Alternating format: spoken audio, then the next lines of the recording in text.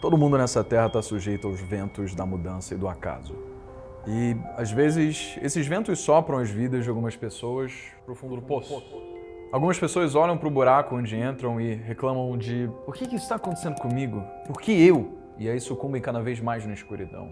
E tem outras pessoas que olham para todos os lados e descobrem que o fundo do poço é um excelente lugar sobre o qual construir. Você já deve ter sentido de alguma dessas formas. Talvez você esteja agora mesmo no fundo do poço, e o poço talvez seja tão fundo que nem a saída acima de você pode ser vista a olho nu. Então, o que a gente pode fazer para recuperar o controle das nossas vidas?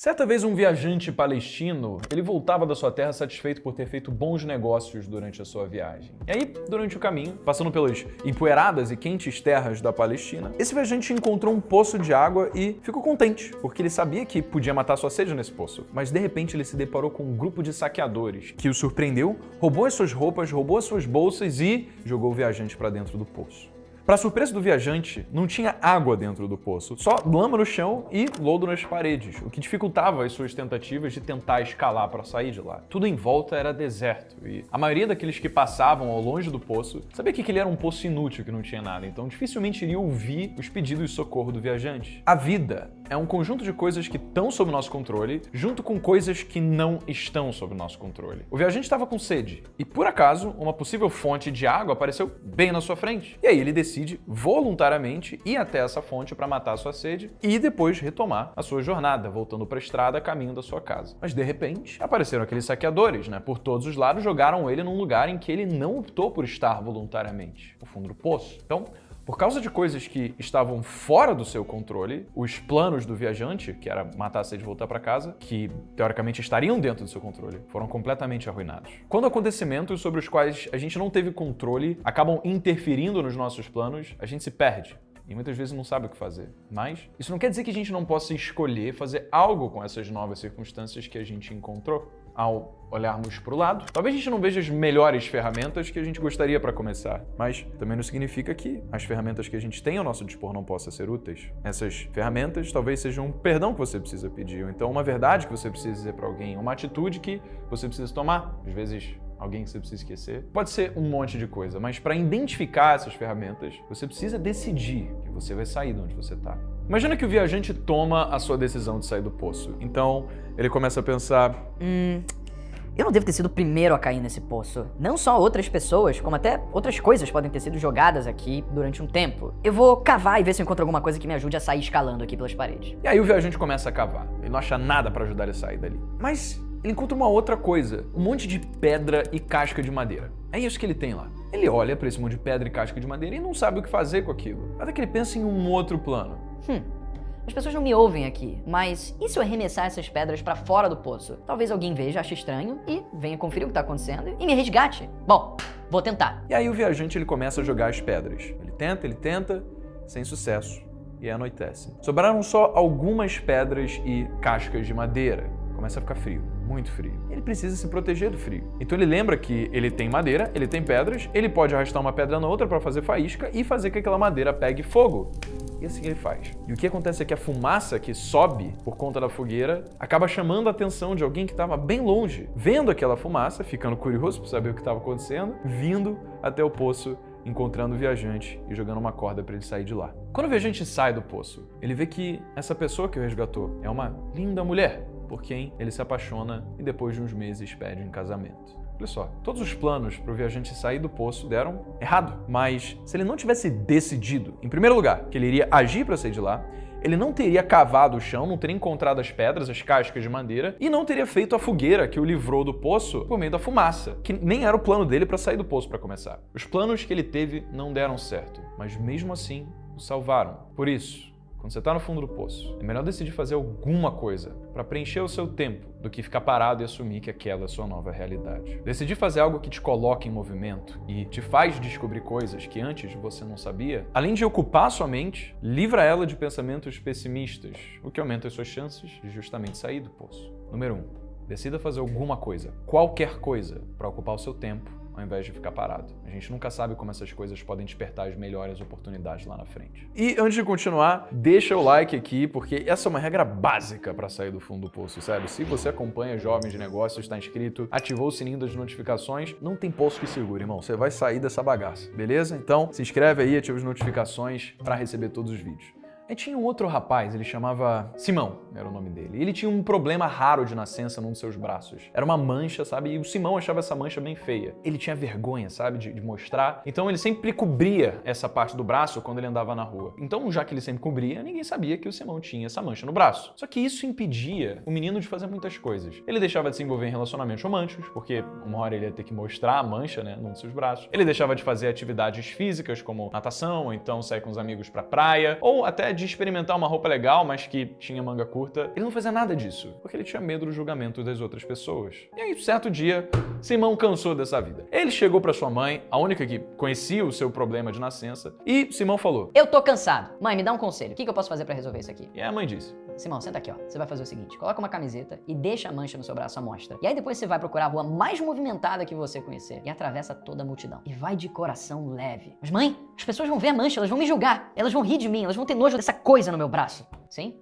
Algumas delas vão? Ignore-as. Preste atenção só naquelas que vão te tratar normalmente. Preste atenção nas atitudes boas que as outras pessoas vão ter com você. Agora, vai fazer isso. E, um pouco hesitante, ele saiu de casa em busca da rua mais movimentada da cidade. Simão deu o primeiro passo no meio da multidão, com os olhos ainda virados pro chão. E aos poucos ele começou a prestar atenção nas pessoas. A maioria delas passava nem sem olhar pro garoto. Algumas olhavam, mas logo voltavam a se preocupar com a sua própria vida. Alguns até sorriam pra ele e davam um bom dia. Alguns, por outro lado, de fato, chegavam a olhar e rir da mancha, principalmente adolescentes ou crianças, mas Simão os ignorou, como a mãe sugeriu. E foi assim durante quase toda a caminhada. A maior parte das pessoas nem se importou. E aí, Simão pensou: ué, acho que não é tão ruim assim. E aí Simão fez isso de novo, e de novo, e de novo.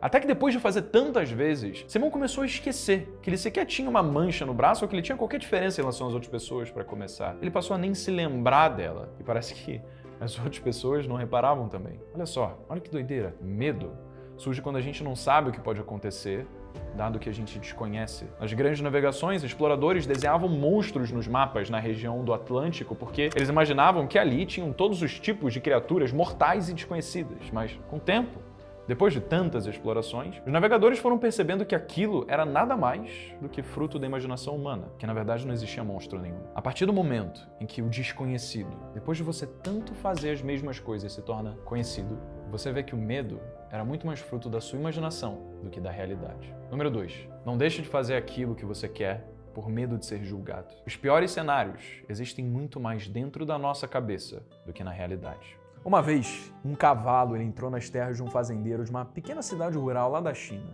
E, por lei, quando um cavalo sem dono entrava numa terra, ele automaticamente virava propriedade do dono daquela terra. E aí o cavalo que entrou era muito forte, era muito bonito. E a vizinhança toda, vendo a sorte do fazendeiro, foi lá até a casa dele dar os parabéns. Eles falaram: Uau, que sorte! Como você é sortudo! E aí o fazendeiro olhou e disse: depende. Ao levantar no dia seguinte, o fazendeiro foi até o estábulo alimentar o seu novo cavalo. Ao chegar lá, ele descobriu que esse cavalo tinha fugido. E aí os seus vizinhos olharam e disseram: Nossa, que azar o seu. Era um cavalo tão bonito. E o fazendeiro respondeu: depende.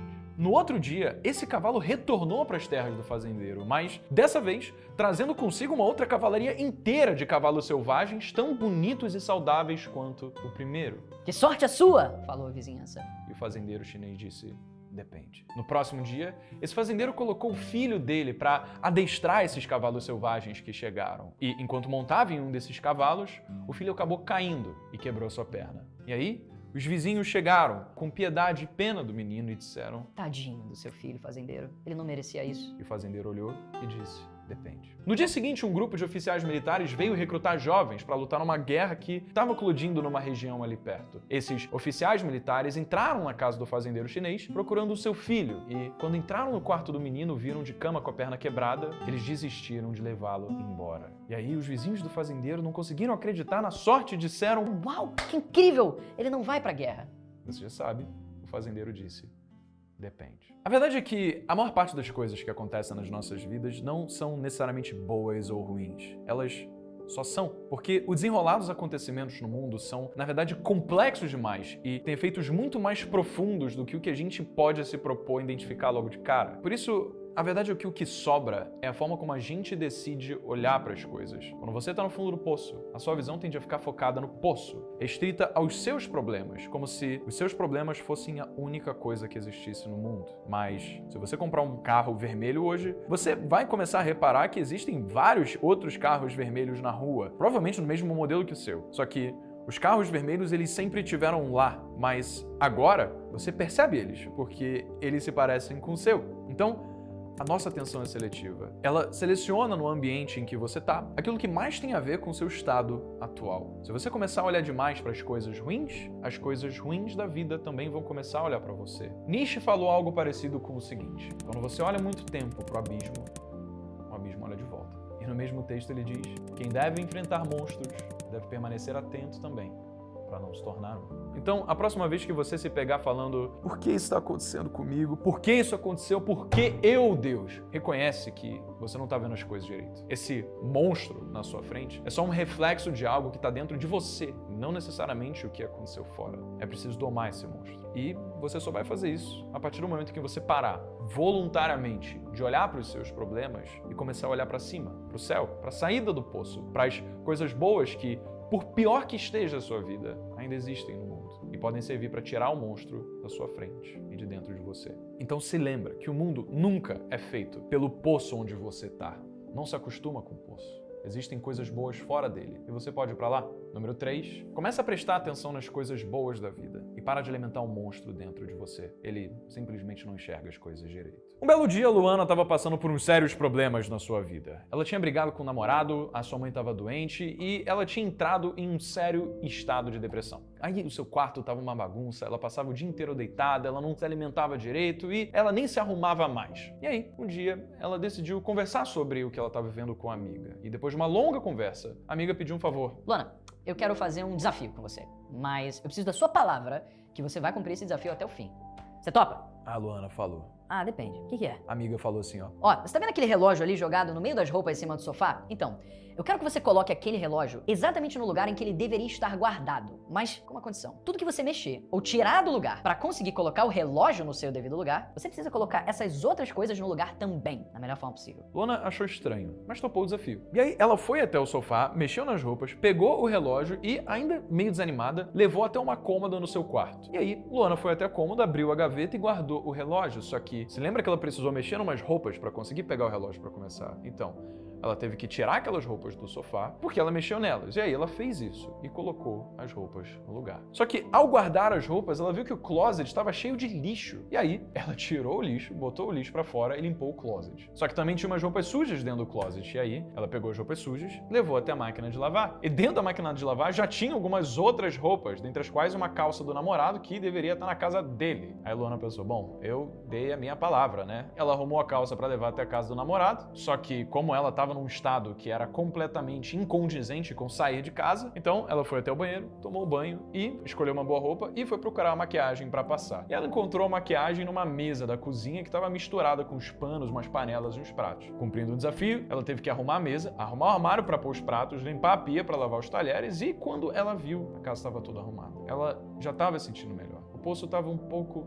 menos fundo e Luana se sentia mais perto da superfície. Ela podia ver o céu mais de perto. E isso fez com que ela acreditasse, pelo menos um pouquinho, que era possível continuar subindo até sair do poço. Ela percebeu que uma solução, menor e simples que fosse, sempre levava a outra. A Luana percebeu que o mundo está integrado de tal forma que, se ela consertasse qualquer coisa, ela estaria consertando todo o resto também, inclusive a si mesma. Cada pequena vitória é um degrau da escada que leva para fora do poço. Número 4, quando no fundo do poço, faça uma coisa bem feita. Só uma, e depois faça de novo. Agora, me fala da dor que é o que você mais quer encostar na ponta dos dedos, com você já quase assumindo que é seu, e aí, por causa de alguma coisinha, ver isso evaporar no vento, ser levado para longe e tirado de você. Só quem quase fechou um negócio e teve outra parte dando para trás no momento da assinatura do contrato, ou quem estava quase ganhando um jogo e depois perdeu de virada, ou então quem se apaixonou, mas mostrou as cartas antes da hora e cagou tudo. Só quem fez essas coisas entende isso. A gente se apega pela ideia de ter algo e quando isso não acontece, mesmo que esse algo nunca tenha sido nosso de verdade, é como se ele tivesse sido amputado da gente. Na prática, a nossa vida tá da mesma forma como ela sempre teve. Não mudou nada, mas a gente fica mal mesmo assim. Então, a gente conclui que ficar mal é referencial. A gente fica mal quando compara a nossa vida em relação ao que ela quase foi e poderia ter sido, ou em relação ao que ela de fato foi e por algum motivo não é mais. Falar de alguém que ganhou na loteria e perdeu tudo, ou então que era casado com o amor da sua vida, mas se divorciou, ou quem perdeu o Hexa pra Croácia. Acho que todo mundo já passou por uma dessas. Eu passei por uma dessas recentemente e quer saber, irmão?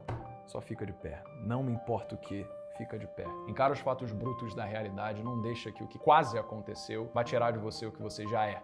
Arruma o seu quarto, faz exercício, dá conta do trabalho da faculdade ou daquela tarefa da empresa e faz da melhor forma possível, porque isso é quase como um protesto para atestar que você vai voltar maior e que você vai vir melhor. Porque você pode perder tudo, você pode ficar na lama, mas ninguém pode tirar de você a história foda de sucesso que você vai contar quando você conseguir sair disso. Número 5, você pode até perder aquilo que você já tinha ou deixar de ter algo que quase foi seu, mas ninguém nunca pode tirar o seu futuro. E se você tá certo que depende de você escalar as escadas para sair do poço, é preciso tomar atitude. Não adianta ficar parado esperando que as coisas simplesmente vão se resolver, porque não vão. E por isso a gente na Jovens desenvolveu seu primeiro negócio, para que você consiga cumprir um método estruturado para a criação de empresas e entender quais são os processos de marketing para você captar os seus clientes, de desenvolvimento de produtos para que você realmente crie algo que outras pessoas vão gostar e compartilhar com os outros. Como você pode contratar pessoas ou encontrar sócios para que você tenha pessoas sintonizadas com a forma como você pensa e com isso construírem algo grandioso e colher um pouquinho, uma pequena parte de tanto valor que você agregou para o mundo para você poder atingir a sua liberdade financeira por meio do empreendedorismo. O seu primeiro negócio é um curso pago, que eu estou deixando o link aqui na descrição. Então vai lá e vê